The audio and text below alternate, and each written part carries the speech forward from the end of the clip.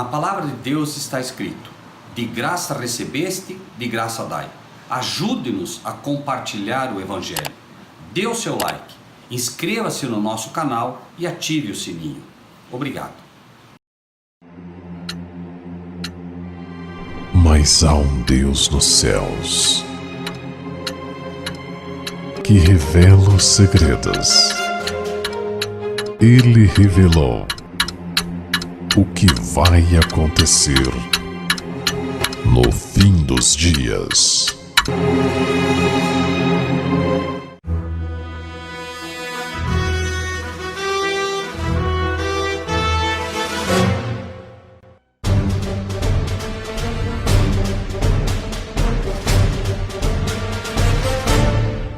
Eu quero cumprimentar todos que estão nesta sala com a graça e a paz do Senhor, nosso Deus e de nosso Senhor Jesus Cristo.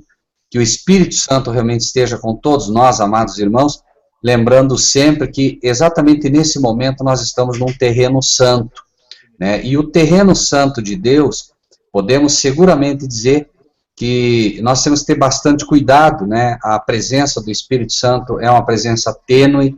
Os anjos não se agradam, obviamente, de gracejos, de brincadeiras, e eu sei que esse grupo já é um grupo maduro para isso, mas nunca é demais lembrar, né, irmãos, que às vezes a gente, por vezes até, por um descuido, né, a gente pode realmente incorrer nesse erro. E eu creio realmente que o grupo da Verdade Presente é um grupo que Deus espera, né, um cuidado ainda maior, para que a gente realmente possa receber todas as bênçãos dos céus, tá bem?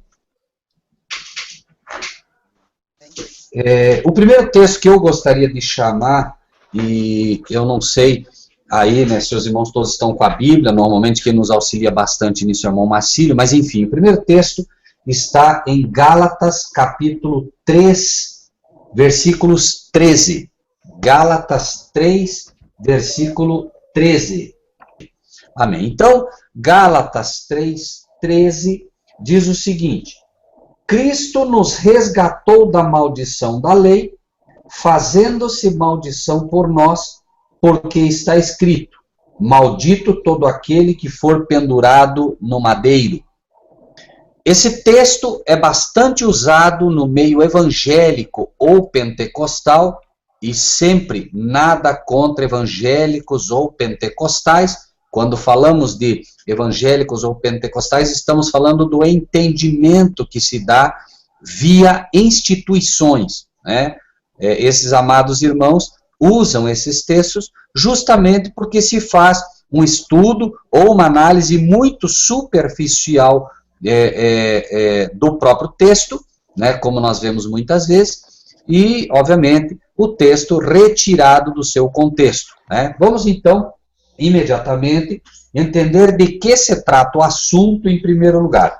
Para entender do que se trata o assunto, nós vamos ter que discorrer um pouquinho do próprio texto. Capítulo 3 de Gálatas que estamos, vamos então para o versículo 1. É dito: ó insensatos Gálatas. Aqui o apóstolo Paulo abre o capítulo chamando os Gálatas, e somos nós também esses Gálatas, né, se temos esse entendimento deturpado, e ele diz assim: quem vos fascinou para não obedecerdes à verdade, a vós perante os olhos de quem Jesus Cristo já foi representado como crucificado, de forma bem rápida. O apóstolo Paulo abre dizendo assim: olha, cristãos que estão na condição dos Gálatas, quem fascinou vocês para não obedecer à verdade? A vós, perante os olhos de quem Jesus Cristo já foi representado como crucificado. O tema aqui não é Jesus Cristo ressurreto.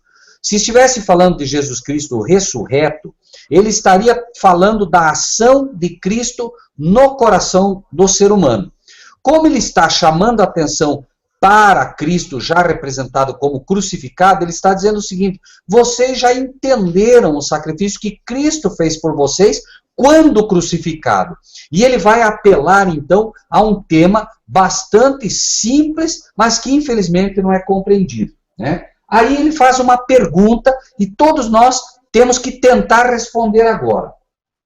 Eu só quero saber isso de vocês.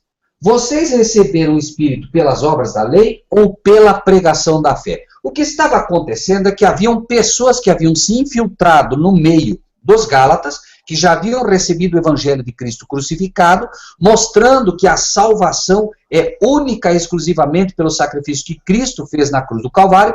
As pessoas estavam dizendo, por exemplo, que deveriam se circuncidar, deveriam fazer isso, deveriam fazer aquilo para se salvar, né? Não é diferente hoje. Existem aqueles que defendem a lei dos 10 mandamentos de Deus e estão corretos quando assim o defendem. O problema é quando se coloca a lei como um ponto de salvação pura e simples. E é isso que o apóstolo Paulo vai tentar colocar aqui. Então, a pergunta inicial, uma vez que o tema é complexo, ele diz assim: eu só quero saber uma coisa de vocês, só isso. Não vamos entrar aqui, por enquanto, na questão da justiça comunicada, na questão da justiça imputada, na justificação pela fé, se ela é apenas pela fé, se ela é pela fé mais as obras, se as obras contam alguma coisa, nada disso. Eu só quero saber de vocês o seguinte: vocês receberam o Espírito pelas obras da lei ou pela pregação da fé? Cada um responda no seu coração para ver se está em linha com o que o Espírito de Deus quer dizer. No versículo 3, ele próprio vai responder: vocês são tão insensatos que, tendo começado pelo Espírito, querem acabar agora pela carne? Quer dizer, vocês são tão insensatos que, tendo começado pela fé, porque ele alia, veja que ele diz Espírito, pelas obras ou pela pregação da fé, vocês querem agora acabar pela carne? Ele não está falando aqui dos homens carnais. Ele está falando daqueles que começaram pelo Espírito, começaram pela fé, e agora querem tentar se salvar pelas obras da lei. O 4 diz: será em vão que tenhais padecido tanto, se é que isso também foi em vão. De novo ele vai fortalecer a ideia. Aquele, pois, que vos dá o Espírito e que faz milagres, que opera maravilhas entre vós, faz isso pelas obras da lei ou pela pregação da fé? Ou seja, ele faz isso porque vocês, pela pregação da fé, aceitaram o sacrifício que Cristo fez na cruz do Calvário, quando crucificado, ou vocês creem que recebem o Espírito porque vocês têm obras da lei, né? E ele vai dar um exemplo imediatamente. Ele vai dizer: é o caso de Abraão, que creu, note aqui a palavrinha, não são as obras da lei, é o caso de Abraão, que creu em Deus, e isso lhe foi imputado como justiça. Aqui, então, o tema é justificação pela fé, mas ele vai falar da justiça imputada. A justiça imputada é aquilo que Deus coloca em sua conta como um presente, sem você ser um merecedor. A imputação, então, é algo que lhe é dado sem que você mereça, sem que você tenha direito. Então, estamos falando de justiça imputada, e ele usa um exemplo bem fácil, né? Ele diz assim: é o caso de Abraão, que creu em Deus, e isso lhe foi imputado como justiça.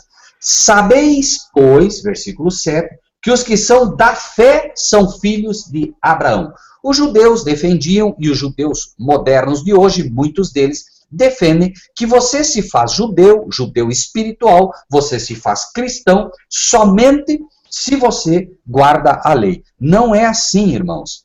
A lei vem para santificar o povo de Deus. A lei, ela vem para fazer com que o povo de Deus seja realmente um povo conhecedor da sua palavra, um povo que deve estar santificado, um povo separado, mas a lei não salva, é disso que se trata. A lei não foi dada para salvar, a lei foi dada para santificar o homem. A lei não tem propriedades salvíficas, aquilo que já falamos. A lei é um espelho que mostra o teu pecado, mas se você disser para a lei: por favor me salve, por favor me limpe, ela imediatamente te diz: vai para a água da vida, não é meu papel te limpar, como já vimos. Por isso, olha o versículo 8. Ora, tendo a Escritura previsto que Deus havia de justificar pela fé os gentios, anunciou primeiro o evangelho a Abraão, dizendo: não esqueçam que Abraão era um gentio até então. Abraão, filho de Naor, que era um gentio também, é chamado: sai da tua terra, vai para a tua parentela, né? A primeira ideia que nós temos, então, é de que ele diz exatamente isso, né? Anunciou primeiro o evangelho a Abraão como um exemplo dos gentios que receberiam esse evangelho, dizendo: todas as nações serão benditas em ti. É óbvio que depois que Abraão recebe, aceita esse evangelho preliminar colocado a ele, imediatamente ao aceitar, ele se faz um cristão e deixa de ser gentil, como acontece, né, hoje, inclusive. É um gentio, está lá no mundo, não conhece nada, recebe o evangelho de Cristo, passa a ser um filho de Deus, sendo, portanto, um judeu espiritual a partir daí, né? Esse é o novo nascimento. Você nasceu gentil e passa a ser agora repito, judeu espiritual, leia-se hoje um cristão, né? Agora veja, diz o versículo 9, de sorte que os que são da fé são benditos com o crente Abraão. Veja que não se está condenando em nenhum momento a lei, está se colocando apenas a lei no seu lugar. Por isso que é importante, quando nós falamos do 3:10, que é o grande problema no meio dos evangélicos e pentecostais, né, essa questão. Então veja, ele diz, de sorte que os que são da fé são benditos com o crente Abraão. Todos aqueles, pois, que são das obras da lei, estão debaixo da maldição, porque escrito está, maldito todo aquele que não permanecer em todas as coisas que estão escritas no livro da lei, para cumpri-las. Algumas versões dizem fazê-las. O que se entende aqui? Estaria o Espírito de Deus, através de Paulo, condenando aqueles que são das obras da lei? Não, prestem atenção no texto. Todos aqueles, pois, que são, todos aqueles, pois, que querem se justificar, todos aqueles, pois, que querem se justificar pelas obras da lei, estes estão debaixo de maldição. Por que estão debaixo de maldição? Porque está escrito, maldito aquele que não permanecer em todas as coisas que estão escritas no livro da lei para cumpri-las. O que está sendo dito aqui? Muito bem, você quer então se justificar pela lei? Não tem problema, quer? Ok, só que você é um maldito. Por quê? Porque se você quiser se justificar pelas obras da lei, você tem que permanecer, você tem que cumprir todas as coisas que estão escritas no livro da lei. Ou seja, ponto número 1, então, tudo, absolutamente tudo, você tem que ser perfeito, porque como você rejeita o sacrifício de Cristo ao tentar justificar-se pelas obras da lei, que é o que os fariseus faziam, né, tentando apresentar a sua própria justiça como meio de salvação, então você é um maldito. Por quê? Porque a pergunta agora que o Espírito de Deus faz para cada um de nós é, irmão Marcílio, você já matou alguém? E o irmão Marcílio diria, não, eu nunca matei ninguém.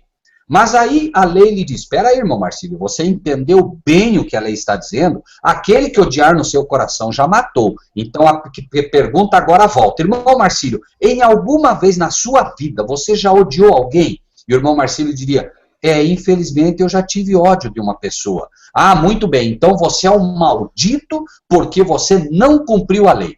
E agora ele diz assim, próximo candidato. Irmã Maria Eugênia. Irmã Maria Eugênia alguma vez já teve mágoa, já teve ódio de alguém? Eu já fiquei brava uma vez com alguém e tal. Então, próximo candidato, você também é uma maldita, você está perdida. Entendem o que a lei faz? Quando eu tento me justificar pelas obras da lei, eu tenho problema. As obras da lei têm o seu lugar, mas nunca para justificar o homem. Cristo veio a este mundo para salvar o ser humano, vejam bem, Cristo veio a este mundo para salvar o ser humano e veio a este mundo para demonstrar o caráter do Pai. No momento que eu tento me justificar pelas obras que eu faço da lei, eu estou fazendo como aquele fariseu que foi até a igreja, até a sinagoga, e disse, Senhor, muito obrigado, porque eu não sou como a maioria dos homens, eu dou o dízimo, eu jejuo, eu guardo o sábado, eu faço isso, eu faço aquele outro. E o outro homem dizia, nem levantando os olhos, ele tinha coragem de levantar os olhos, e dizia, Senhor, tem misericórdia de mim, porque sou pecador. A Bíblia faz questão de dizer que este homem desceu justificado para a sua casa e o outro não. Por quê? Porque o outro apresentava as obras da lei, querendo se justificar perante Deus. É disso que se trata o tema. Note, por isso é dito da justiça imputada. Não estamos falando da justiça comunicada, ok? Esse é um outro ponto. Estamos falando da justiça imputada. Aquilo que Deus coloca para você como mérito sem que você tenha direito algum. Por isso, quando falamos, né, da salvação, imediatamente, que é uma outra confusão que se faz, muitas pessoas entendem que nós somos salvos pela fé. Não, nós não somos salvos pela fé. A fé é a firme convicção daquilo que se espera, a certeza das coisas que não se veem. Nós somos salvos pela graça, irmãos. Nunca esqueçamos disso. Somos salvos pela graça e a fé é a mão que agarra essa graça. E o que é graça? Favor imerecido. Então, a justiça imputada demonstra a todo ser humano que o homem não é salvo como um favor de Deus. E o homem não é salvo por não merecer. O homem é salvo como um favor imerecido. Ou seja, isso tem que calar a boca de qualquer pessoa que imagine que pode ser salva. Ou pela sua fé, até porque não existe isso de minha fé. A fé é um dom de Deus. Então, quando diz cada um ande na medida da fé que tem, deve-se entender essa fé como uma medida que recebeu como um presente. Então, vejam, é triplamente impossível que nós nos salvemos pelas obras da lei. Número 1, porque é por um favor. Número 2, porque é por um favor imerecido. Número 3, porque é pela fé, e a fé não é algo que você adquire por você, é um presente de Deus. A fé vem pelo ouvir e pelo ouvir a palavra de Deus. Então, avançando agora, o 11 vai bater forte nessa tecla de novo. É evidente que pela lei ninguém será justificado. Por favor, amados, nunca esqueçam esta frasezinha que vem depois. Diante de Deus, porque o justo viverá da fé. O homem não é justificado pela lei diante de Deus. Pergunto, por quê? Claro, é o que aconteceu com aquele homem que disse, Senhor, obrigado porque não sou como os demais homens, etc, etc, etc. Diante de Deus ele estava, e diante de Deus ele não foi justificado porque apresentou as obras da lei. Novamente, é evidente que pela lei ninguém será justificado diante de Deus porque o justo viverá da fé. Irmãos amados, o texto não está dizendo que é evidente que pela lei ninguém será justificado, para que não haja confusão. O texto está dizendo que ninguém é justificado diante de Deus. E a pergunta imediata é, amado irmão e irmã, você quer ser justificado diante dos homens ou diante de Deus? Se você quer ser justificado diante de Deus, que é a resposta certa, que é o único que pode de fato justificar o homem, a resposta é, diante de Deus, ninguém será justificado pela lei ou pelas obras da lei. O apóstolo Paulo se esforça nisso porque ele já, pelo Espírito, já era antevisto a ideia que viria de Babilônia, de que você deve comprar um lugar no céu, das indulgências, de que você pode expiar os pecados dos teus irmãos, ou filhos, ou pais, que desceram à sepultura, e você agora vai comprar um lugar para eles no céu, ou você vai apresentar, ou vai encomendar uma missa, para que ela possa sair do purgatório, como eles ensinam, ou do inferno, como ensinam. Esse é, Gálatas 3, é um antídoto poderosíssimo contra o farisaísmo, contra a justiça própria e contra a ideia de que você possa, por qualquer dinheiro, por qualquer obra tua, ganhar ou receber a salvação, leia-se justificação. Justificação é o homem ser declarado justo. E o homem só pode ser declarado justo por Deus. Quando Deus imputa a justiça de Cristo sobre o ser humano, ele olha para o ser humano e ele não vê mais um ser humano. Ele vê ali alguém coberto pelo manto de Cristo. E é a única forma em que alguém pode ser declarado justo diante de Deus. Não confundir declarado justo com ser justo. Nenhum homem é justo diante de Deus. O homem é declarado justo por Deus quando aceita o sacrifício que Cristo fez por ele e por toda, irmãos, por toda a sua vida, ele jamais será justo diante de Deus. ele é declarado justo diante de Deus, repito, porque o Pai vê ali Cristo Jesus refletido. Seja em primeira instância, porque a justiça de Cristo foi imputada sobre ele, leia-se também Adão, quando recebe o manto do Cordeiro sobre ele, cobrindo as suas vestes, cobrindo o seu corpo agora de pecado, cobrindo o seu pecado, mesmo para Eva, e eles são o nosso exemplo. Por isso é falado que o pecado veio pelo primeiro Adão, e o pecado foi retirado pelo segundo Adão. Nós somos apenas o subproduto de toda essa história. Um criou o problema, outro resolveu. Irmãos, não se pode agregar nada à nota que Jesus Cristo tirou na cruz do Calvário. Ele veio, repito, salvar o ser humano e manifestar o caráter do Pai. Em ambas as coisas, a nota que Cristo tirou foi 10. Então, quando você procura guardar a lei de Deus, Deus a aceita. E você agora guardou o melhor sábado de toda a tua vida. Você, durante toda a tua vida agora, você escolhe o melhor sábado e apresenta esse sábado a Deus. Imagine por um momento, apenas numa situação fictícia, que Deus agora diz, a nota do teu sábado é 1.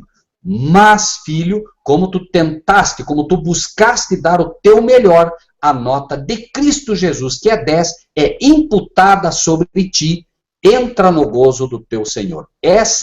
Por isso nós somos chamados a guardar a lei, a guardar o sábado, porque se o nosso sábado tivesse que passar no escrutínio para nos salvar, nós não alcançaríamos a nota necessária, porque Deus só pode aceitar a perfeição. E a perfeição só encontrou lugar em Jesus Cristo. Ok? Muito bem. Então, vamos agora finalizar mostrando o versículo 12.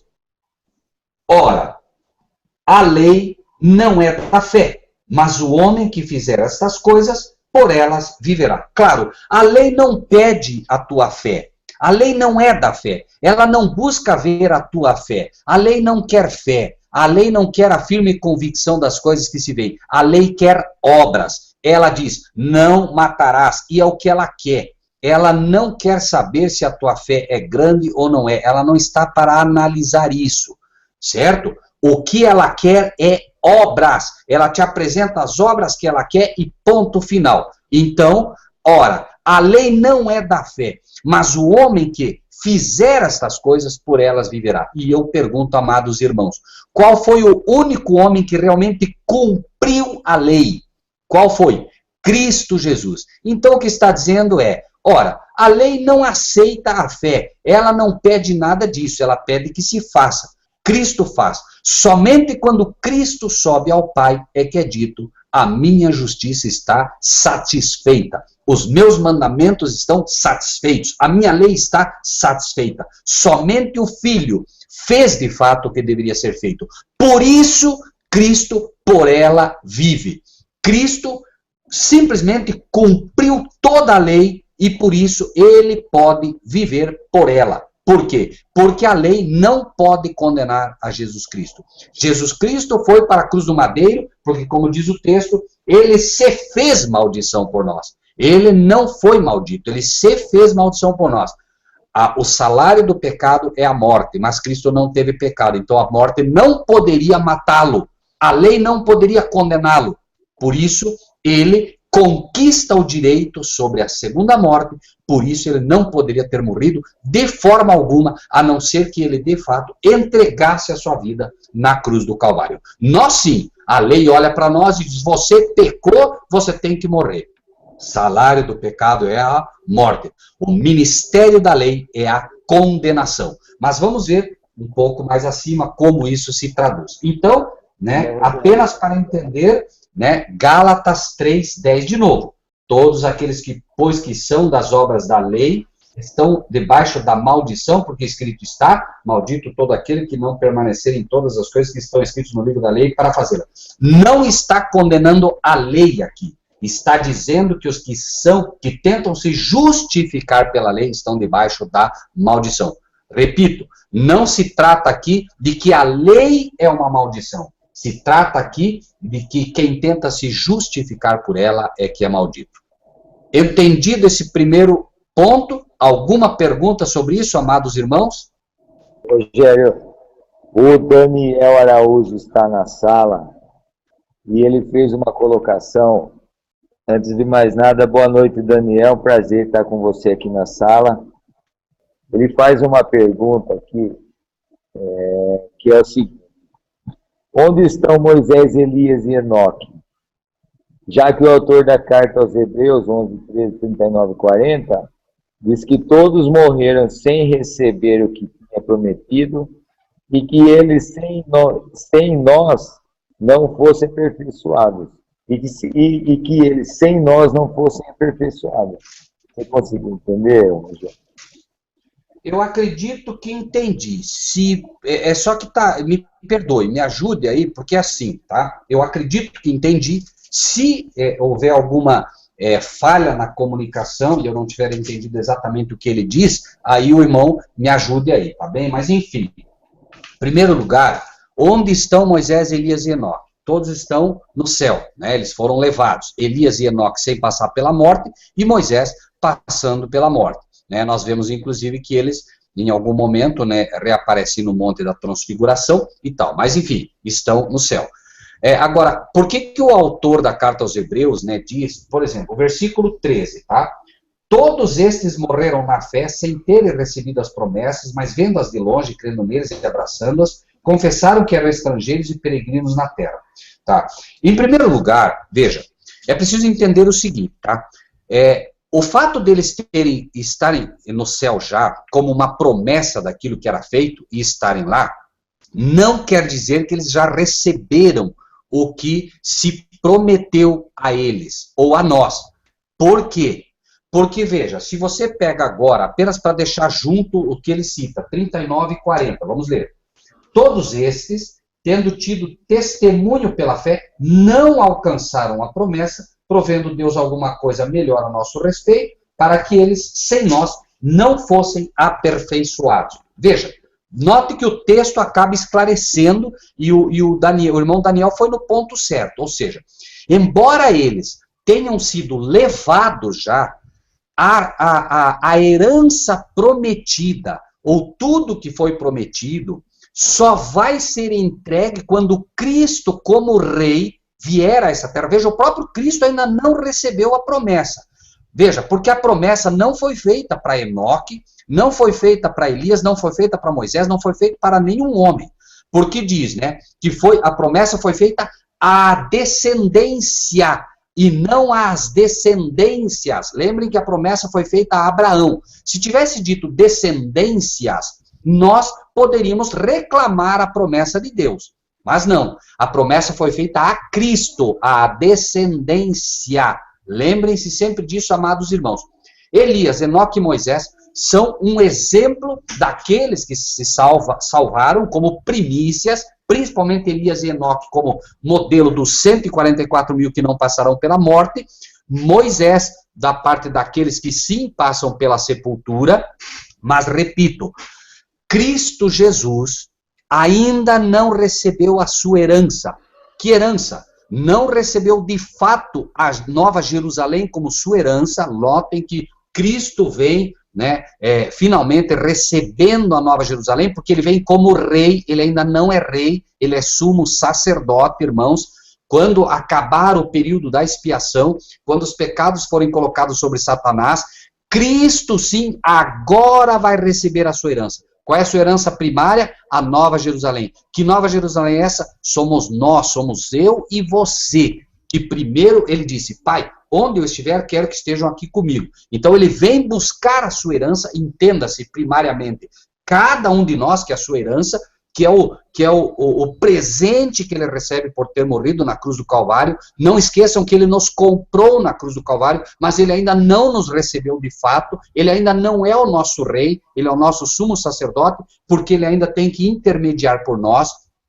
E finalmente, Cristo, quando recebe a coroa, ele está sendo investido e recebendo também a sua herança, diga-se, a Nova Jerusalém, quando ele desce para essa terra, e esta é toda a sua herança.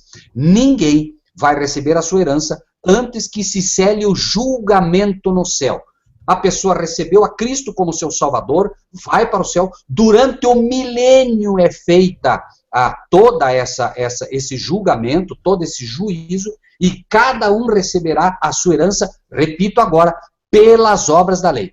A herança, o galardão é pelas obras, a salvação é pela graça, por meio da fé. Então, nem Elias, nem Enoque, nenhum deles, e notem como é fantástico o texto, que era apenas puxar o texto agora, 39, principalmente o 40 de Hebreus 11, provendo Deus alguma coisa melhor a nosso respeito. O que é melhor a nosso respeito? Né? Ele diz, porfiai por entrar pela porta estreita, porque muitos quiseram e não puderam. A melhor versão diz isso. Ou seja, nós temos algo muito melhor prometido para nós. Lembre-se que nós temos na carta a Filadélfia uma porta aberta que ainda não estava aberta. Nós temos, de fato, algo muito melhor que nos é prometido. E, finalmente, nós temos, então, o caso de 11:40, provendo Deus alguma coisa melhor a nosso respeito, para que eles, sem nós, não fossem aperfeiçoados. Moisés é um exemplo também disso. Moisés poderia ter ido bem mais rápido à terra de Canaã. Ele tinha que esperar os outros, os mais demorados. Eles também não receberão o galardão sem nós. Todos receberemos o galardão juntos, sem que todos sejam julgados, para inclusive saber o galardão que recebe. Lembrem-se, né? Um sobre 10 cidades, outro sobre 5 cidades, e teve aquele que enterrou seu talento, etc, etc, etc. Essa é uma parábola sobre o galardão, não sobre a salvação. Todos receberão juntos, ou seja, todos, imediatamente, todos recebem juntos. Por isso eles ainda não receberam, e nem Cristo recebeu o que lhe foi prometido, ok? Ok, o Rogério tem mais uma questão que foi enviada pela irmã Marta. Ela não está, ela está ouvindo o Hangout, acho que ela passou pela Maria Eugênia, se eu não me engano. Então, mesmo seguindo as leis de Deus, significa que não seremos salvos? O que devemos, então, fazer para sermos salvos? No caso, é só obedecer às leis? E se deslizarmos fora da lei, o que devemos fazer? Bom, então, em primeiro lugar, então mesmo seguindo as leis de Deus, significa que não seremos salvos? Veja, no momento que eu passo a guardar a lei de Deus, né, eu tenho que entender que eu não sou salvo por ela. É só isso. Não se trata de se eu sigo ou não sigo. Eu preciso aprender a lição de que a lei não me salva. Porque senão eu vou ser como os fariseus. Os fariseus queriam guardar a lei independente de Cristo. Eles realmente achavam que guardavam a lei. Ninguém consegue guardar a lei de tal maneira que possa ser salvo por guardá-la. Repito, por quê? Não se trata de seguir ou não seguir. Se você quiser ser salvo pela lei, você tem que tirar a nota 10. Você precisa nunca ter tido um pecado em toda a tua vida. Agora, então mesmo seguindo as leis de Deus, significa que não seremos salvos? Não significa nem que eu serei salvo, nem significa que eu não serei salvo.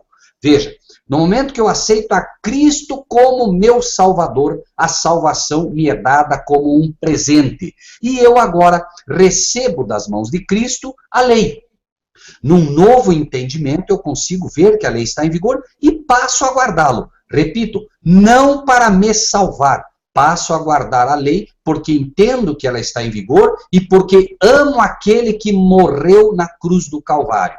Então, repito, não se trata de seguir ou não seguir para ser salvo. É isso que precisa entender. O que devemos, então, fazer para sermos salvos? O que penso eu, todos que estão aqui, já fizeram.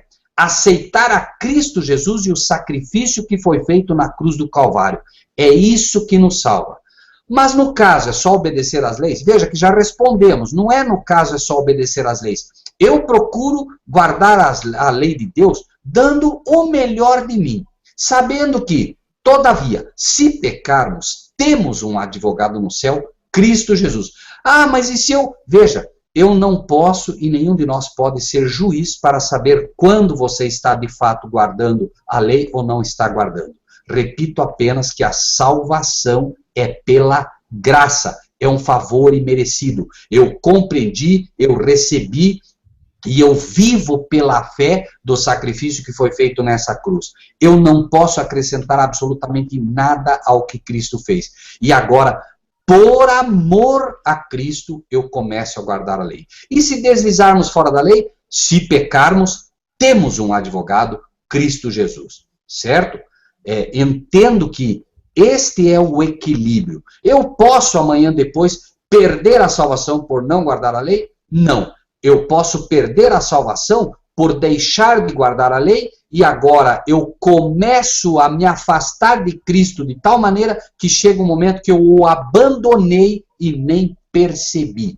A lei, repito, não é um instrumento para salvar o homem, é um instrumento para mandar-nos para Cristo. E ao mandar-nos para Cristo, quanto mais nós andamos com Ele, nós estamos ampliando esse caminho da salvação.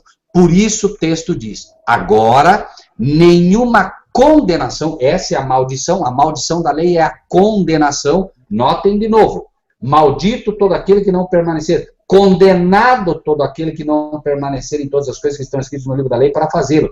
Todos aqueles, pois, que são das obras da lei estão debaixo da maldição, estão debaixo da condenação. Cristo nos resgatou, versículo 13, Gálatas.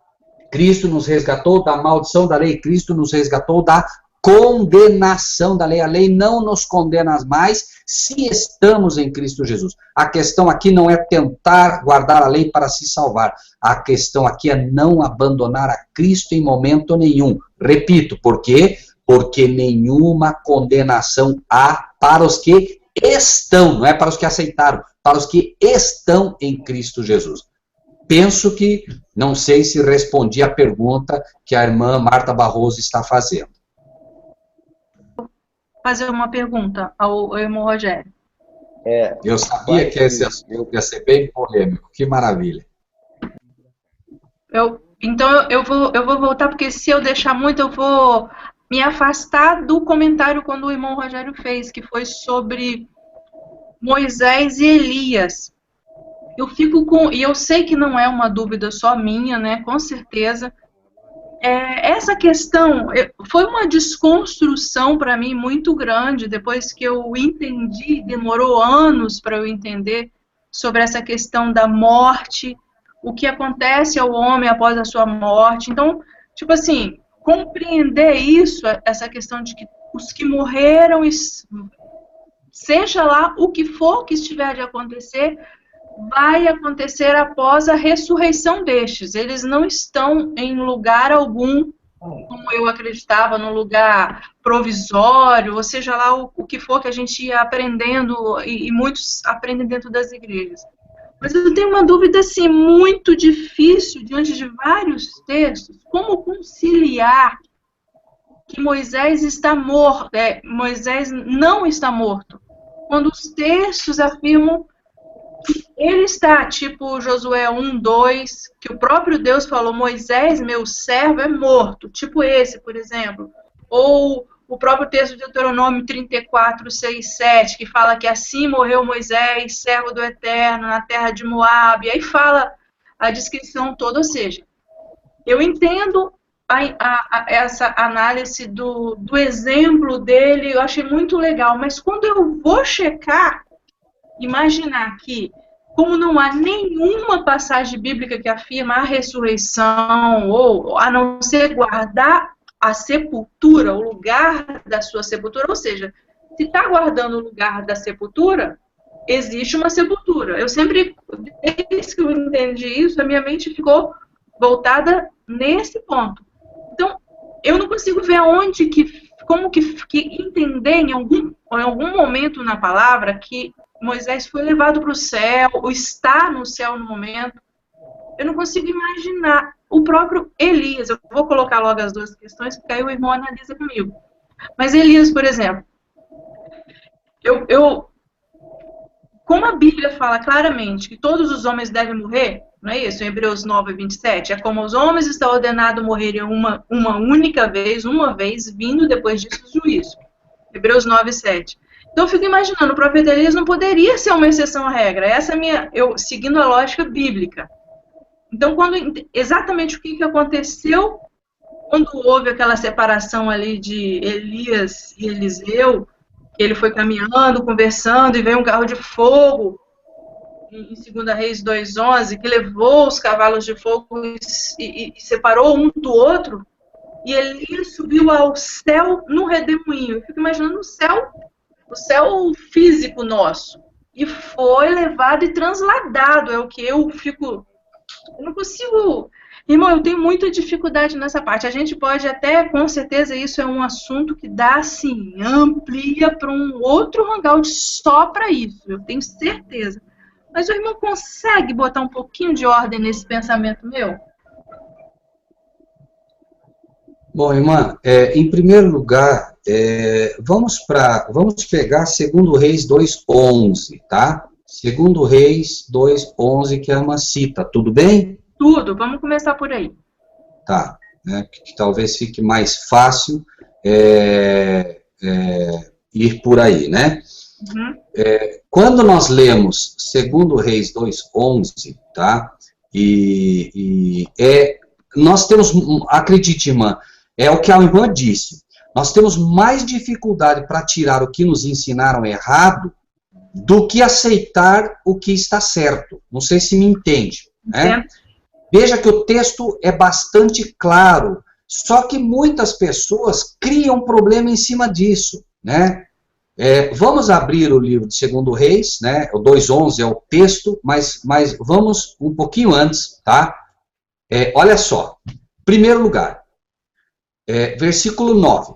Sucedeu que, havendo ele passado, Elias disse a Eliseu: pede-me o que queres que te faça, antes que seja tomado de ti. Tome essa palavrinha, por favor, irmã.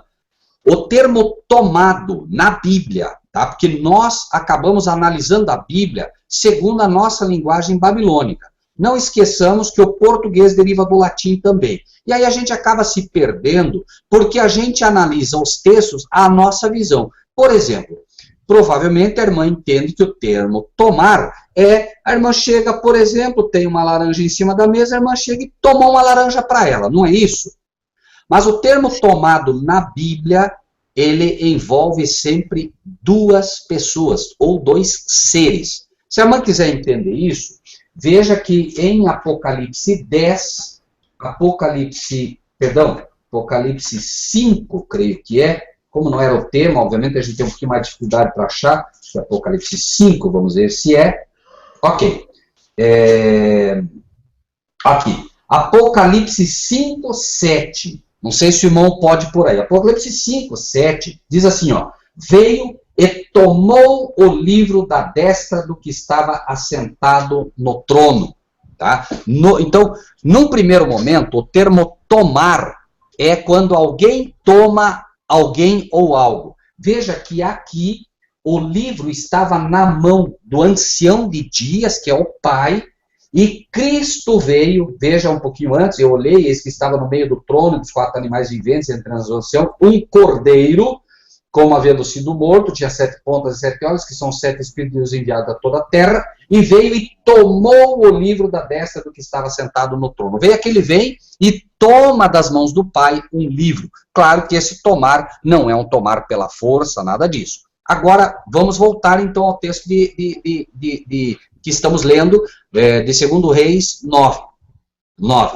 Sucedeu que, havendo eles passado, Elias disse a Eliseu: pede-me o que queres que me faça, antes que eu seja tomado de ti. Ele estava com Eliseu, ele seria tomado por alguém.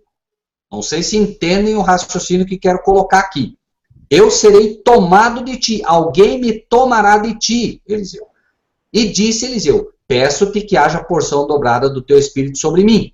E disse: coisa difícil pediste. Se me vires quando for tomado de ti, assim se te fará, porém, se não, não se fará. E sucedeu que, indo eles andando e falando, eis que um carro de fogo, com cavalos de fogo, os separou um do outro. E Elias subiu ao céu num redemoinho. O texto deve ser aceito na sua íntegra, sem discussão. fato, e está escrito, Elias subiu ao céu num redemoinho, ok? Ele subiu, certo? E nós temos a certeza disso, temos a certeza também sobre Moisés, tanto que no Monte da Transfiguração, quem aparece para Jesus? Elias e Moisés. Exatamente. Uma visão, irmão? Não, irmã.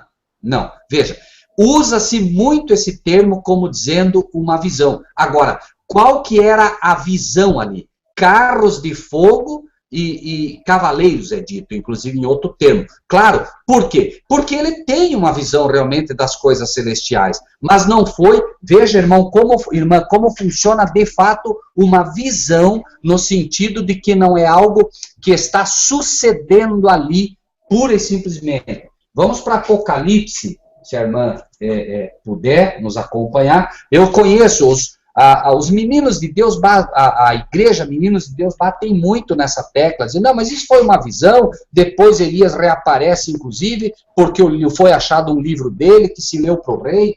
A gente conhece um pouquinho essa história, apenas gostaria que se considerasse isso.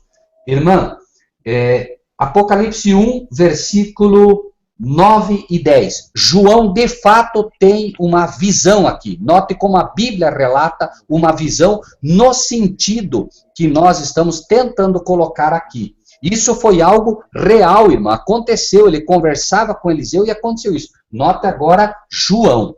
Versículos, Apocalipse 1, 9 e 10. Eu, João, que também sou vosso irmão e companheiro na aflição e no reino e na paciência de Jesus Cristo, estava na ilha chamada Patmos, por causa da palavra de Deus e pelo testemunho de Jesus Cristo. E tive uma visão?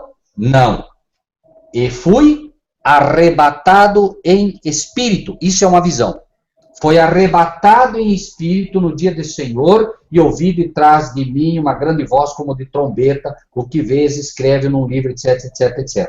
Aqui ele tem de fato uma visão. Ele é arrebatado em espírito. Aqui não diz que Elias, irmã, Elias diz, subiu ao céu num redemoinho. Não foi arrebatado em espírito, irmã. Isso teria sido, biblicamente, uma visão. Não sei se te ajuda, irmã. Quero apenas que a irmã considere, eu não espero, irmã, até porque não está em mim, convencê-la disso, minha amada irmã. Quero apenas que, vá recebendo isso como informação bíblica e depois pondere nessa forma, tá, irmã? E A única coisa que agarra em relação a Moisés, como eu falei para o irmão, é não ver os textos de forma clara. E Elias, o que agarra muito completamente para mim, é que em 2 Crônicas 21, 12, fala, então lhe veio uma carta da parte de Elias. Amém. Amém. Irmã, é exatamente isso. Mas, irmã, me permita por um momento colocar uma segunda hipótese. Eu vou colocar apenas como hipótese para mim não me fazer dogmático. Embora creia diante de Deus e dos anjos de que o que eu vou falar para a irmã é bíblico e o céu vai ratificar isso no coração da irmã se a irmã falar com Deus a respeito. Irmã, veja, eu pergunto à irmã, nesse exato momento, irmã, eu estou lendo o livro de Apocalipse, correto, irmã? Sim. Concorda? Leia depois com calma Crônicas. Eu pergunto, agora imagine que eu vou escrever uma carta para a irmã, que é Crônicas. Crônicas são cartas também. E eu escrevo, repita o texto, irmã, para nós não fazermos um agravo ao texto. Repita o texto que a irmã leu de Crônicas. Eu não estou vendo o texto aqui no... 2 Crônicas 21, 12. Repita, leia ele, por favor, irmã. Então lhe veio uma carta da parte de Elias, o profeta, que dizia, assim diz o Senhor, Deus de Davi, teu pai, porquanto não andaste nos caminhos de Jeosafá, teu pai, e nos caminhos de Asa, rei de Judá. Ou seja, Jeosafá era rei de Judá, não era? Quando ele foi transladado, Jeosafá era o rei. Mas quando Elias escreveu a carta, o rei de Judá era Jeorão, filho de Jeosafá. Aí eu falei, não, calma aí. Foi 10 anos depois isso. 10 anos do translado dele. Ok. Então, veja, é confuso. Irmã, primeiro, nós vamos entender assim, veja que o Apocalipse, eu pergunto para a irmã, Deus conhece o futuro ou não? Sim ou não? Conhece sim. Muito bem, ok. Agora, vamos entender isso à luz da Bíblia, sempre da Bíblia. Nós estamos lendo Apocalipse nesse momento, a irmã acaba de ler Crônicas, certo? Nós estamos lendo Apocalipse. Agora, inspirado por Deus, eu escrevo, né? Escrevo aqui uma carta dizendo assim, no dia tal, nós lemos, né? Chegou a nós uma carta do apóstolo João, e João dizia que, entre aspas, daqui a 10 anos, se podemos usar apenas como exemplo, daqui a 10 anos cairão pedras do peso de 1 talento na terra. Pergunto, João está vivo nesse momento mandando a carta? Não. Não. João está na terra nesse momento mandando a carta? Não. O fato de ter se recebido uma carta da parte de Elias não quer absolutamente dizer que Elias estava ali na terra naquela época. Entende, irmã? Assim como não posso dizer agora que João está aqui na terra e mandou uma carta para nós. Nós estamos lendo João agora. João escreveu essa carta no ano 96, irmã. E ainda temos coisas para se cumprir que João escreveu, que amanhã nós podemos pegar e dizer, João enviou essa carta. Não esqueçam que o Apocalipse, vamos ler de novo, Apocalipse 1:1, para que isso fique claro, e apenas considere-se que não quero forçar absolutamente nenhum texto, irmã, por favor.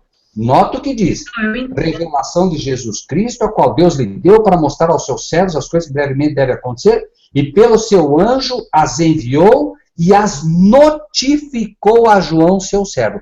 A João foi notificado e foi enviada a nós. Então, nós estamos lendo agora uma carta da parte de João, como pessoa final nesse elo de ligação, e vamos entender coisas que ainda estão lá no futuro, como foi essa repreensão dada ao rei no momento certo. Vamos encontrar aqui a carta a Laodiceia, que é uma repreensão a nós, nesse tempo presente. Um dia podemos estudar a carta a Laodiceia, que é fascinante para nós, mostrando claramente o nosso problema, mas não podemos dizer que João está, obviamente, na terra e que ele está vivo no momento agora em que essa carta chega até nós. Não sei se isso ajuda para que a irmã entenda essa questão primária de Elias. Eu gostaria que a gente um dia, até todos que estão nos ouvindo aí fora, é super saudável, e ainda mais o tema, né, diz isso, os textos difíceis, então jamais eu ia perder a oportunidade de colocar os meus textos difíceis, ainda mais com um irmão que eu estou aprendendo a respeitar a seriedade de estudo, que é difícil, irmão, infelizmente, eu falo isso com o coração doído, é difícil encontrar uma pessoa empenhada nos textos minuciosamente. E meu sonho era ter isso muito perto de mim, porque eu tento ser minuciosa, eu não gosto de deixar escapar, para não ficar dúvida. Então o irmão aqui está sendo uma benção muito grande, mas eu gostaria de esgotar esse assunto no outro hangout mesmo. E tenho outras perguntas para colocar para o irmão, vai ser muito interessante. Irmão, mas toca a sua sequência aí, porque desculpe, irmãos, a gente ter dado essa parada aí. Continue, irmão. Não, de maneira nenhuma. Vai ser um prazer. Agora, por favor, lembre-se também que eu sou um pecador como todos vocês. Apenas procuro apresentar aquilo que creio, né? Pela graça de Deus, Deus já conhecendo o coração da irmã e de alguns irmãos que teriam essa dificuldade, me permitiu que no passado a gente conversasse sobre esse tema, como falei, principalmente pela igreja dos meninos de Deus, mas uma coisa, irmã, que eu gostaria que norteasse a irmã, não quero, repito, convencê-la de nada, apenas quero que a irmã tenha paz no seu coração em relação a esse tema. Nós somos, infelizmente, bombardeados por erros, e hoje Deus tem mais trabalho de tirar o que colocaram de errado para a gente, do que nos ensinar a verdade.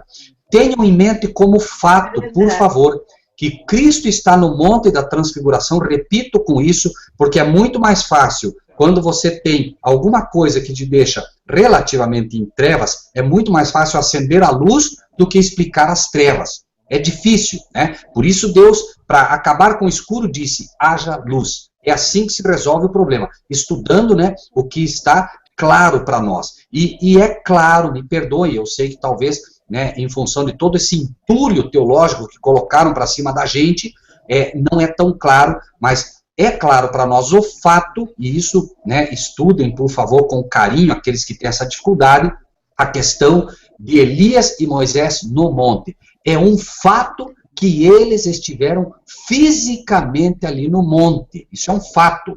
Tanto é verdade, né, que é dito ali, Pedro diz, quer que faça uma cabana para os dois, senhor? Né? Vamos fazer uma cabana aí para que os dois possam, né? E, obviamente, né, Pedro brandamente reconduzido ao raciocínio mais correto, mostrando, não, eles estão aqui apenas por uma missão específica nesse momento, né, fortalecendo, e eles estavam ali como um exemplo, número 1, dos que serão ressuscitados ou trasladados sem ver a morte, e número 2, daqueles que seriam ressuscitados após ver a morte. Lembrem-se que Moisés e Elias reaparecem agora figuradamente em Apocalipse 11. Por isso a importância de, primeiro, dizer, Senhor, como pode ser que Elias e Moisés apareçam ali, e Elias e Moisés... Isso porque é como disse a irmã diz, não, mas claramente é dito que Moisés morreu. Mas existem textos que mostram que Moisés imediatamente foi levado ao céu também, mas se me permite, irmã, quem sabe num próximo estudo realmente a gente entre nisso, porque nós vamos realmente ter que cruzar alguns textos aí que, creio, vão mostrar que Moisés foi imediatamente levado ao céu, até porque o sonho de Moisés era entrar na Canaã terrestre, não lhe foi permitido em função do último pecado que ele comete ao bater na rocha, que era Cristo, mas ele é levado imediatamente à Canaã celestial. Isso é comprovado pela Bíblia, né, e nós, pela graça de Deus, teremos um estudo sobre isso, e a gente vai poder, quem sabe, deixar isso um pouco mais claro, tá bem? Só para não sair do tema, Rogério, o Daniel, ele faz uma outra colocação aqui, vai mais na direção da posição das colocações da irmã Marta que ela fez, que é o seguinte, a lei era dividida em 3 partes, moral, cerimonial e civil. Ela foi desmembrada a partir dos 10 mandamentos. Explique melhor o que é a lei, por favor. Vejam, a lei não foi desmembrada. É um fato que existe a lei cerimonial e a lei moral dos 10 mandamentos, né? E haviam as chamadas leis levíticas, que elas tinham um cunho específico ali naquele momento, mas que elas tinham aplicação quando trazidas à luz daquilo que aconteceria um dia. Por exemplo, o povo sai do Egito e junto com o povo do Egito saiu o que a Bíblia chama de uma mistura de gente, que eram os egípcios. Esses egípcios não estavam habituados, por exemplo, nas leis da higiene. Então, obviamente, o Senhor reforça a ideia de algumas leis, as leis que foram as chamadas leis levíticas, e dá as leis dos mandamentos como norma para todo homem. Foi desmembrado? Não, não foi desmembrado. Na verdade, a lei dos 10 mandamentos, elas são um resumo de toda a lei que Deus quer dar aos homens. Por exemplo, né, alguém poderia se escandalizar imaginando que a lei que dizia que você deveria apedrejar uma prostituta não deveria ser aplicada, né? Mas, irmãos, isso é um tema difícil de entrar, porque, por vezes, até parece que Deus era muito mal lá e agora Deus não é tão mal aqui, né? Em primeira instância, nós temos a lei dos 10 mandamentos, um resumo que todo homem pode entendê-las e pode facilmente procurar guardá-las. Não é fácil cumpri-las, guardá-las, certo? Por isso é pedido, né? Lembra-te do dia de sábado, nos é pedido que guardemos a lei, certo? Agora, as leis cerimoniais, de um modo geral, apontavam todas para o sacrifício de Cristo. Por isso chamavam-se leis cerimoniais. Elas estavam ancoradas principalmente à cerimônia do sacrifício. Então, por exemplo, uma das leis cerimoniais era exatamente a que apontava para a necessidade de se sacrificar um cordeiro de manhã e um cordeiro de tarde. Obviamente, quando Cristo morreu, essa lei cerimonial, que era uma lei que tipificava, né, o sacrifício de Cristo, não foi mais necessário. Agora, existem leis que eu confesso para os irmãos que eu olho hoje, por exemplo, as leis que eram as leis civis ou leis jurídicas. Um exemplo bem simples, né? Que eu vejo, por exemplo, que se estivessem aplicadas hoje, não gerariam a confusão que se gera. Por exemplo, né? Você é levado a juízo num tribunal. Existe um promotor que te acusa sem nem saber de nada, ele está ali para acusá-lo, e se ele for muito melhor que o teu advogado de defesa, você vai para a cadeia. Né? Ou seja, fica pura e simplesmente numa questão, a tua vida fica numa questão de interpretação de lei. Já lá, a lei civil dizia o seguinte, se alguém matar, primeiro tinha uma cidade de refúgio, havia uma briga, você imediatamente ia para, matou alguém, você ia para uma cidade de refúgio para que os parentes não te matassem. Lá nessa cidade de refúgio, enquanto se conversava, enquanto se analisava o teu caso, você estava protegido. E a análise do teu caso era, primeiro, tinha que haver uma ou duas testemunhas que viram o que aconteceu. Ou seja, a premissa é que sempre o homem é inocente e não culpado. Então, havendo testemunhas, elas testemunhariam e, mesmo assim, ainda se faria uma análise dessas testemunhas, né? Ou seja, não havia lugar para o promotor. E me perdoem aqui aqueles que, né, que hoje defendem as leis jurídicas, mas veja que a lei de Deus era bem mais perfeita, porque o acusador dos nossos irmãos é o inimigo. O promotor, ele acaba fazendo o papel, me perdoe a sinceridade, ele acaba fazendo muitas vezes o papel do diabo, porque ele acusa alguém sem ter sido testemunha de nada. Ele simplesmente se baseia naquilo que alguém disse, ou naquilo que ele supõe ser uma prova irrefutável, e no final das contas, a pessoa, repito, ela pode ser condenada simplesmente porque o promotor era um promotor muito bom e acabou sendo melhor que o teu advogado de defesa. Claro, nós temos um advogado de defesa que é Cristo Jesus, mas lembre-se que eu estou trazendo as leis agora para o terreno físico aqui, as leis civis aplicadas hoje como são aplicadas. Se nós tivermos hoje as leis civis que Deus estabeleceu, com certeza nós teríamos tribunais muito melhores, nós teríamos muito mais justiça sendo praticada nesse mundo. Não esqueçam que a injustiça hoje impetrada é exatamente pela falta da validade da lei de Deus nos corações humanos, né? Então, essas leis, por exemplo, a lei dos 10 mandamentos não foram desmembradas, na verdade elas são um resumo de todas essas leis. A mesma lei que você lê, não matarás, e você acaba entendendo, né, aquele que odiar no seu coração já matou, certo? Bom, Rogério. Pois não? Como e Colossenses 2, de 14 19. a 17. 2? Colossenses 2, de 14 a 17. Esse tema... Colossenses 2, vamos lá, irmão, vamos lá. Esse é outro problemaço. Vamos... É óbvio que vamos tentando aqui passar tudo que pudermos, né? Mas o irmão Marcílio, a irmã Cris aí, que vão intermediando para ver se a gente não vai deixar ninguém aí, pelo menos, né? Nós não... Assim, que de repente gostaria de fazer alguma pergunta e não pode.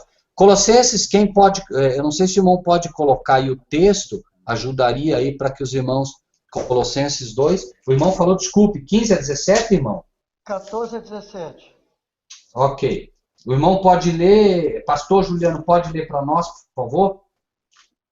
Assim, você tem condição de ler ou algum irmão? O irmão tem a Bíblia só em braille, mas não está com o irmão, né? Perdão, pastor Juliano. Eu sei que o pastor lê em braille, mas imaginei, não está ali com o irmão. Perdão, tá bom? Não, é absoluto. É mais para esclarecimento mesmo. Amém. Vamos lá. Eu vou ler então, tá? 14, tá? Prestem bem atenção no texto, 14 a 17. Esse é fantástico, irmãos, mas vamos ver se a gente consegue ajudar os amados, né? Lembrem-se que essa é uma luta épica, que pastores estão se arrebentando com isso, né? Então, Se nós, por alguma maneira, não pudermos elucidar isso como gostaríamos, por favor, nos perdoem, tá? Veja, havendo riscado a cédula que era contra nós, o que diz? Nas suas ordenanças. Vejam a importância, como disse a nossa irmã, das palavrinhas. Havendo riscado a cédula que era contra nós, não diz que a lei era contra nós, aqui é uma cédula. E o que era a cédula? Já vamos ver. Havendo riscado a cédula que era contra nós, nas suas ordenanças. A lei é contra nós ou não é no que ordena? Sim ou não? Sim, ela é contra nós no que ordena. Sim. Ordena, claro. Por quê? Porque o papel dela qual é? Condenar, irmãos. Então ela é contra nós porque ela nos condena. Então note. Mas o que acontece? Vamos ler. Havendo riscado a cédula que era contra nós nas suas ordenanças, a qual de alguma maneira, não é que a ela é contrária, de alguma maneira ela era contrária. Por quê? Porque ela condena. Então, de alguma maneira nos era contrária e atirou do meio de nós, cravando-a na cruz. Notem agora o termo. Vamos ler de novo. Havendo riscado a cédula que era contra nós, nas suas ordenanças.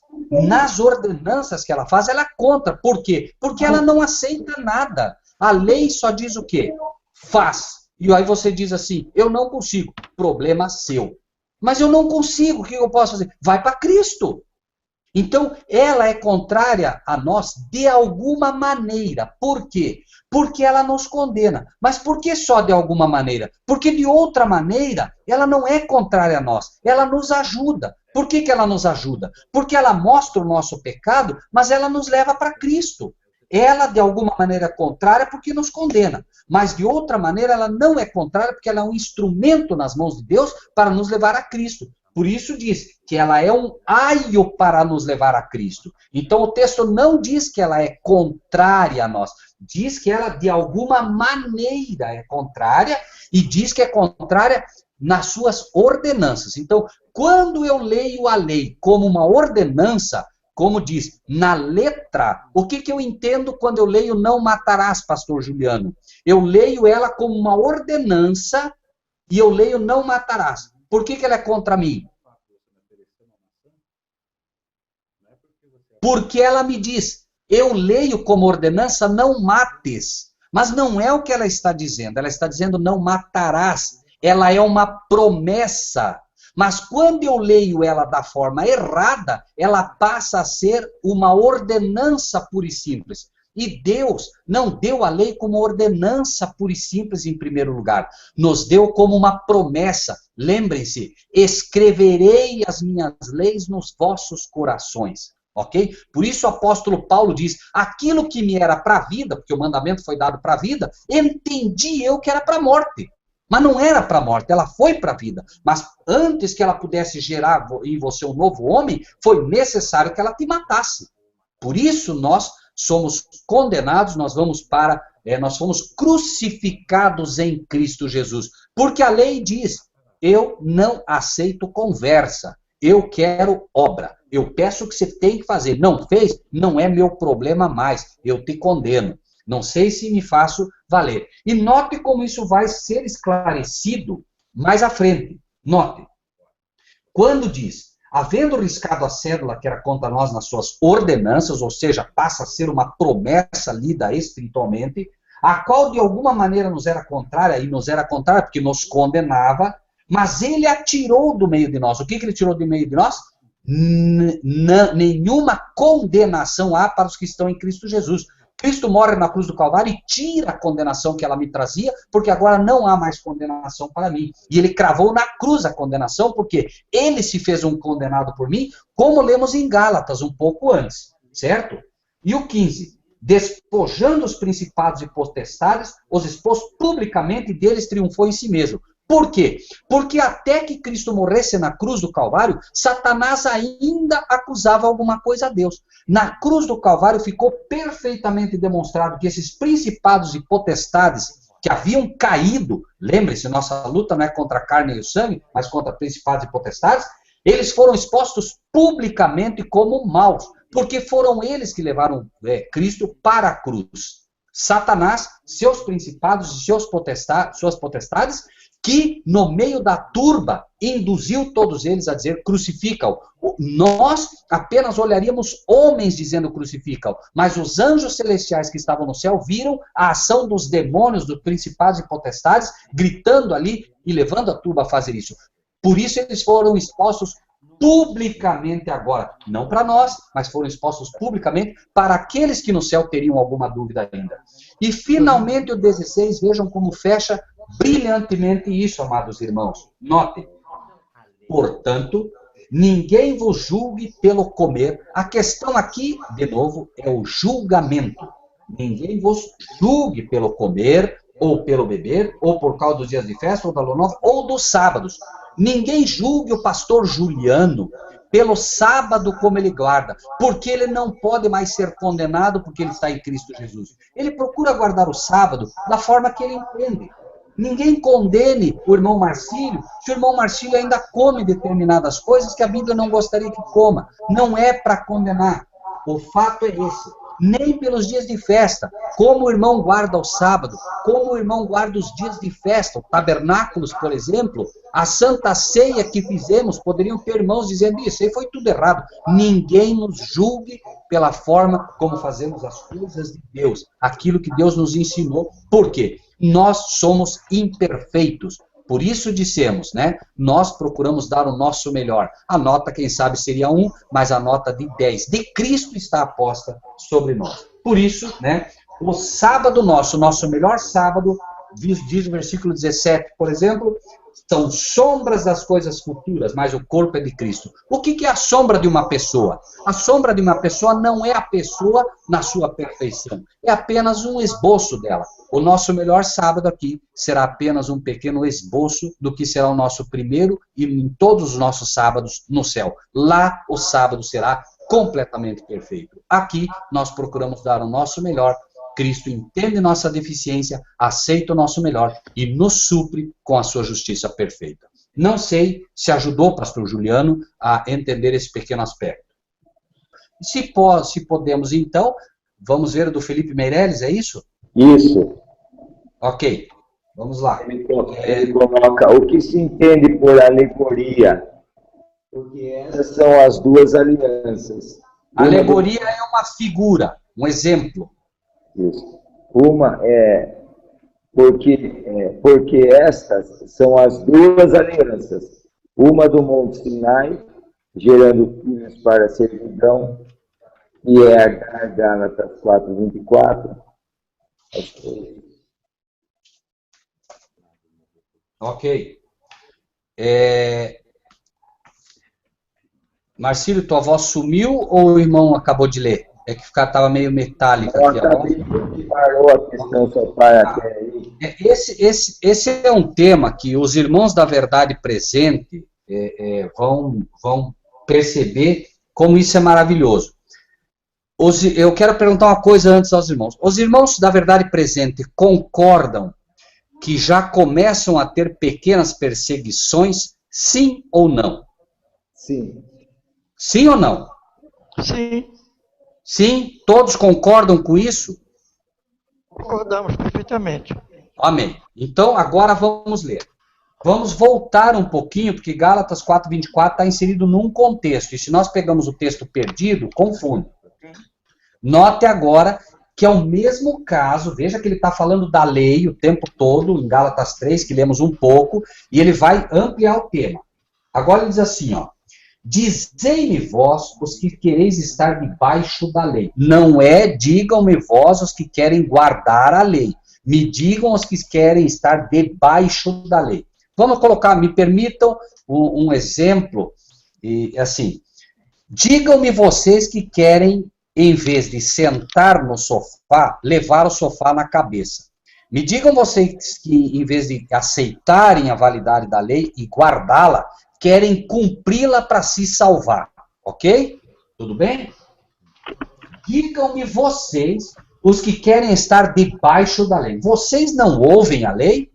É uma pergunta que ele faz, né? Vocês querem se salvar pela lei. Vocês querem estar debaixo dela. Lembrem-se que a lei era feita de pedra. Imaginem o peso que ela tinha. Tá? Então vocês querem estar debaixo da lei, vocês querem ser esmagados pela lei. Me digam, vocês não ouvem a lei? É uma reprimenda que ele faz. Por quê? Está escrito que Abraão teve 2 filhos. Um da escrava e outro da livre, correto? Os filhos, quem são? Ismael, que é o filho escravo, e Isaque, que era o filho da livre. Por quê? Porque Ismael foi filho de Agar e Isaque foi filho de Sara. Lembrem-se, agora anotem. Primeiro, qual era a esposa legítima? Qual era a esposa legítima, irmãos? Sara. Sara, ok. Então vamos ler de novo. Está escrito que Abraão teve 2 filhos. Um da igreja escrava e outro da igreja livre. Já vamos ampliar esse particular. No entanto, vamos ficar apenas na história por enquanto. No entanto, o que era filho de Agar, a escrava, nasceu segundo a carne. Espera aí, como segundo a carne? Era para Abraão pegar a Agar e fazer um filho? Não, não era. Nasceu da carne, nasceu do desejo da carne.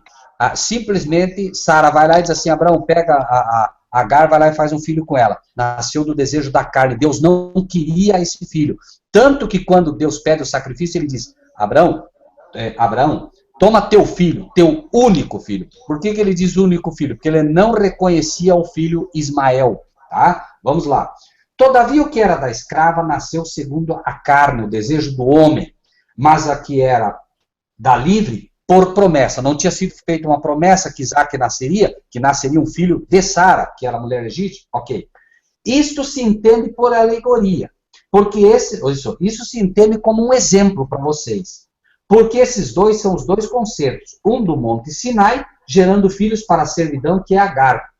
O Monte Sinai foi dado o que, amados irmãos? O que foi dado no Monte Sinai? A lei. A lei. Muito bem. Já vamos ver. O que se entende por alegoria, porque esses dois são os 2 concertos, um do Monte Sinai, gerando filhos para a servidão, que é Agar. A lei gera filhos para a servidão, irmãos? Será que é isso que está falando? Vamos avançar um pouquinho para ver.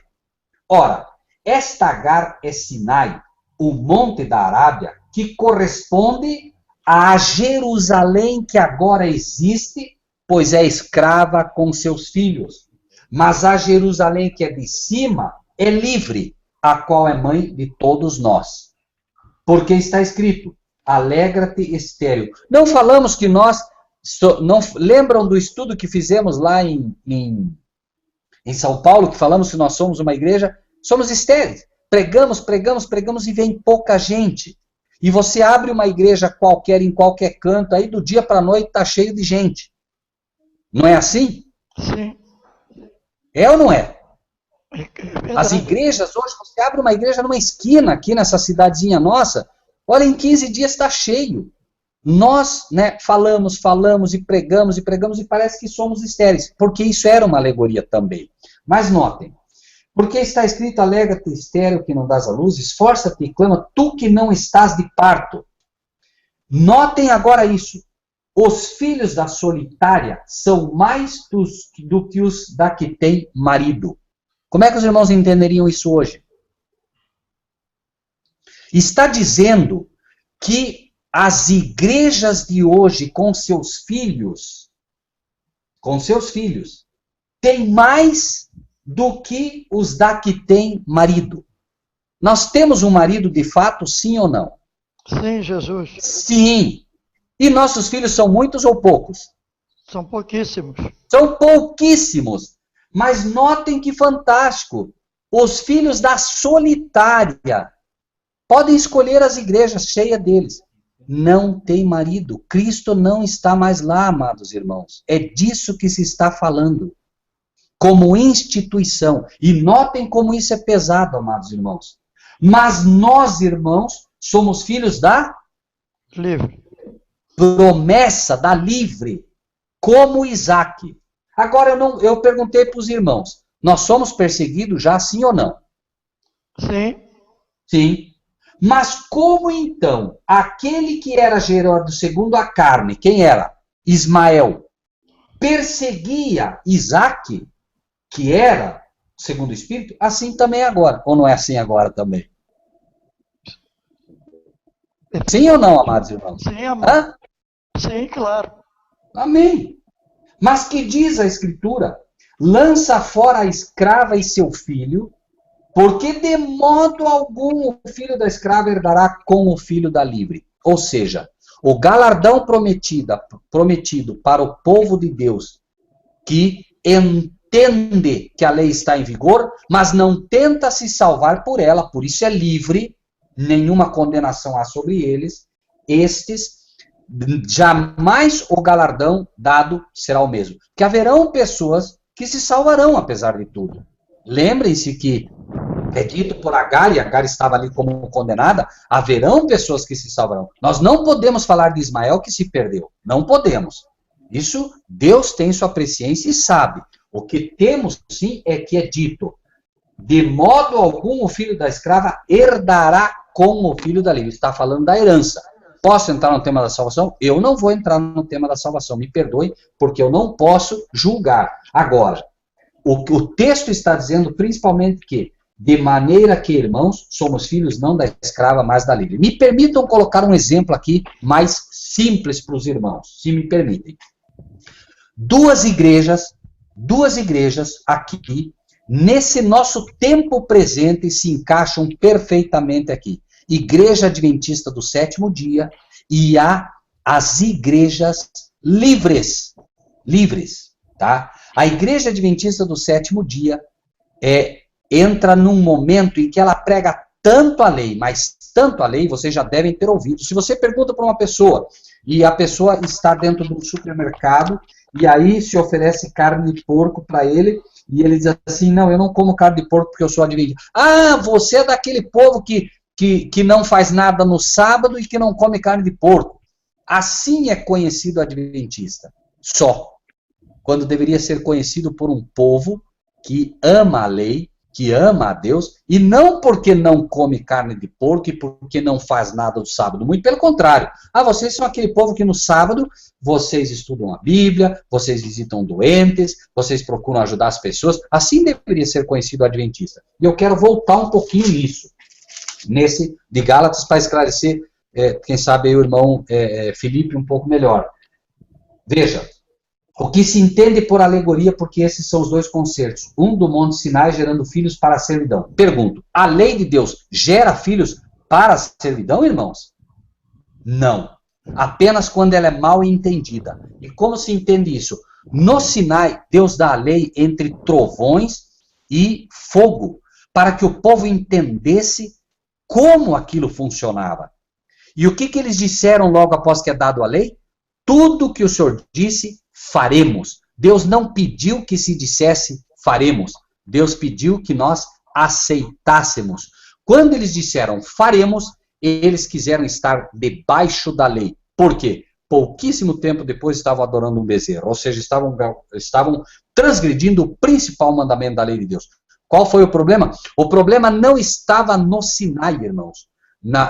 Ele acabou gerando filhos para a servidão porque entenderam errado o propósito de Deus no Sinai, que é a mesma coisa que se faz hoje. Entende-se errado o propósito da lei. Então, um grupo diz, não queremos nada com a lei, porque a lei é pesada, nós somos o povo da graça, vocês são o povo da lei. Entende-se errado de um lado, então como eu não entendi direito a lei, eu não entendi que ela é uma promessa, eu entendo que ela é uma lei apenas para me condenar e para me machucar, eu não quero saber nada com a lei. E o outro grupo, que vai além daquilo que está escrito, como os fariseus do passado. A lei dizia para guardar o sábado, os fariseus diziam que só podia dar 1000 passos na lei, foram além. Por isso também eles acabaram fazendo da lei, fazendo do Sinai um instrumento gerando filhos para a servidão. Repito, o problema não está na lei em nenhum momento, pode ver como diz pela alegoria aí.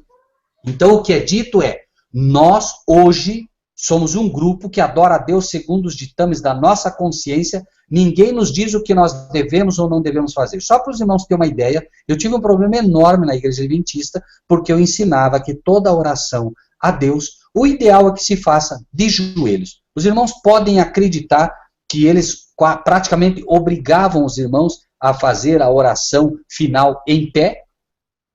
E eu tive problemas seríssimos, pura e simplesmente porque eu disse que o ideal seria que nós sempre fizéssemos a oração ao nosso Deus de joelho. Não estou dizendo que está errado fazer em pé, só digo que não se pode impor. Então lá são escravos, por quê? Se você não aceitar o que a igreja diz, você está fora. Eu fui excluído da igreja porque eu não criei mais na Trindade. Saí dela e hoje sou livre para adorar a Deus segundo os ditames da minha consciência. Estamos fazendo um hangout livre, onde estamos aprendendo de Deus para poder adorá-lo cada vez melhor. Mas aqui não há ninguém para nos fazer escravos de uma instituição que tenta nos impor como devemos adorar ao nosso Deus. Como lá, se você não adorar o Deus da Trindade, você está fora dela. Ou você fica lá, né, como um escravo. Lembrem-se, inclusive, que a Igreja Adventista, apenas como exemplo, nasceu e tinha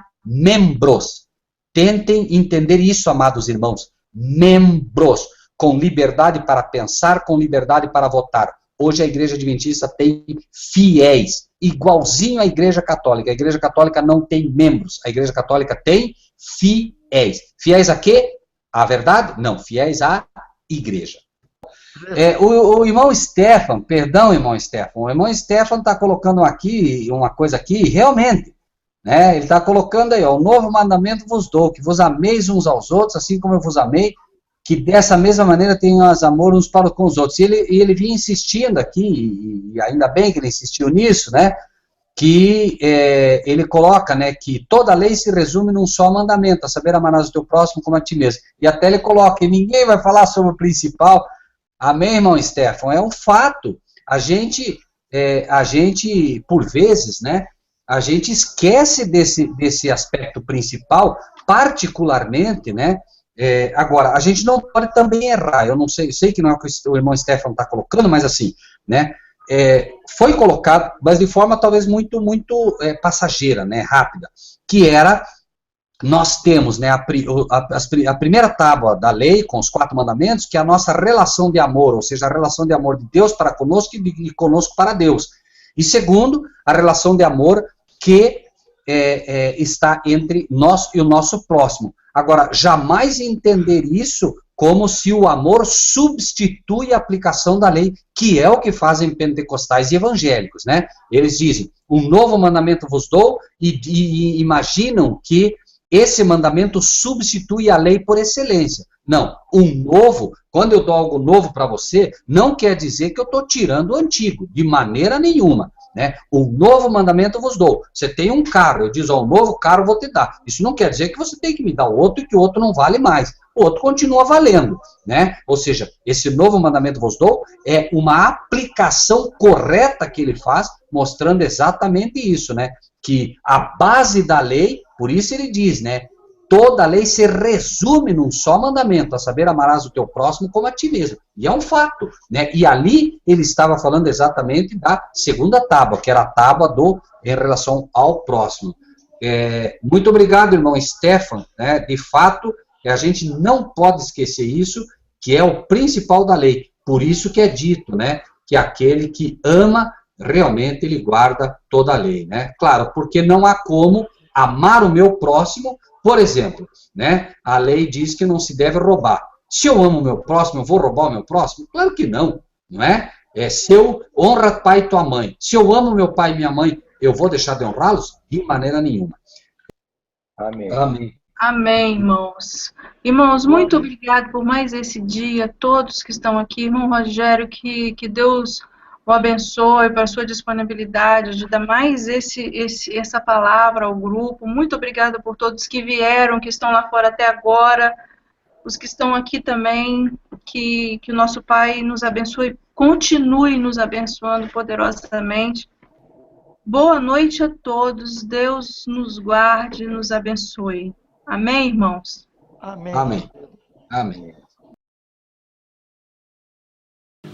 Na palavra de Deus está escrito que nós devemos compartilhar o que recebemos. Assim, se você gostou desse vídeo, dê o seu like, inscreva-se no nosso canal e ative o sininho.